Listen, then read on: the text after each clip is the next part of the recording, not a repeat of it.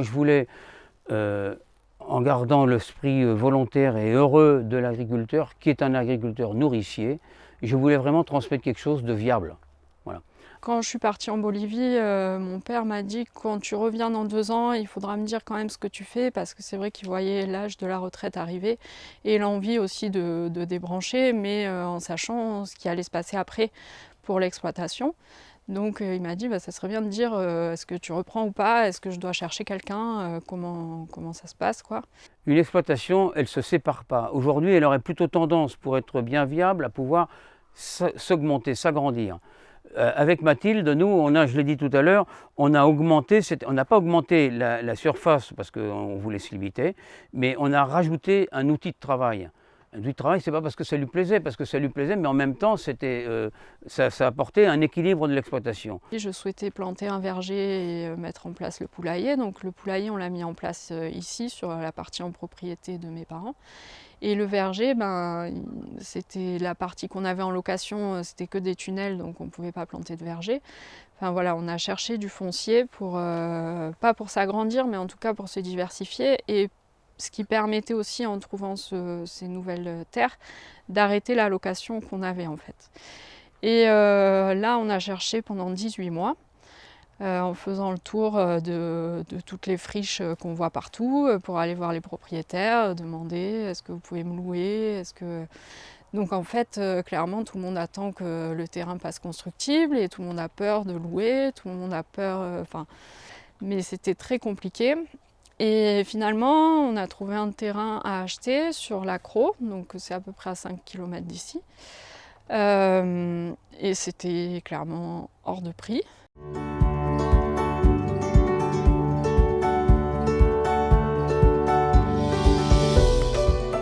Quand on regarde la carte de France et qu'on compare les départements, on est un des départements où l'étalement et l'artificialisation sont au plus haut. On est également, en fait, par rapport à une moyenne nationale où on a un prix du mètre carré qui est aux alentours de 7 000 € l'hectare, en fait, prix de l'hectare à 7 000 € nationalement. En fait, dans les Bouches-du-Rhône, on a une moyenne qui est entre 15 et 20 000 € l'hectare. L'idée de départ, c'est que la terre est un bien commun. On considère que la terre ne doit pas être privatisée, en fait. Il n'y a pas de raison pour que la terre appartienne à l'un plutôt qu'à l'autre. Et donc, ce sont les citoyens qui, en apportant leur épargne, participent à notre action, donc qui consiste à acheter de la terre pour la préserver durablement. Il y a des fermiers qui souvent sont des gens qui sont déjà installés en agriculture biologique, un peu engagés, qui ont une ferme familiale. On a un cas actuellement à proximité des Alpilles.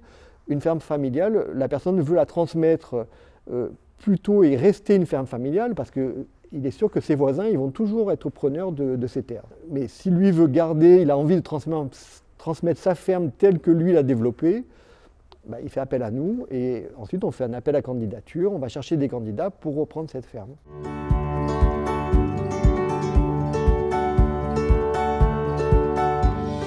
On voit maintenant les plans d'occupation des sols, les plans locaux d'urbanisme, pardon, qui disent que si l'agriculteur il exploite et il construit, il a le droit, mais au moment de la transmission, c'est pas qu'il n'a pas le droit. Mais c'est réglementé au maximum.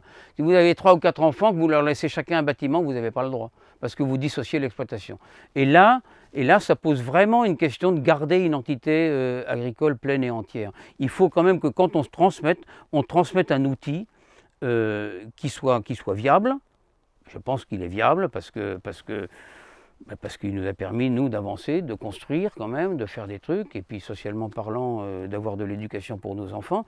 Donc on leur transmet quelque chose. Mais c'est vrai que la contrainte, c'est qu'il faut qu'ils se lèvent quand même. Hein. Après, comment le garder en tant que tel, faut donner tout, quoi. Et on a fait une formation, un accompagnement dans un atelier avec la Chambre d'agriculture sur la transmission. Donc on a suivi ça, on a rencontré, ce qui permet de voir les uns et les autres qui transmettent à leurs enfants avec plus ou moins de difficultés, ça permet d'échanger. On n'apprend rien, mais on est ensemble pour essayer de voir un petit peu. J'ai repris l'exploitation de mon mari, qui malheureusement nous a quittés il y a 4 ans d'une crise cardiaque. Donc mon fils est venu me retrouver sur l'exploitation. Et comme on arrive à tenir la route, je me pose des questions sur la transmission. C'est très important d'être accompagné parce que c'est un avenir par rapport à la personne qui va reprendre. Si on ne fait pas bien les choses dans chaque démarche, on peut très bien ne pas continuer, quoi. C'est très compliqué.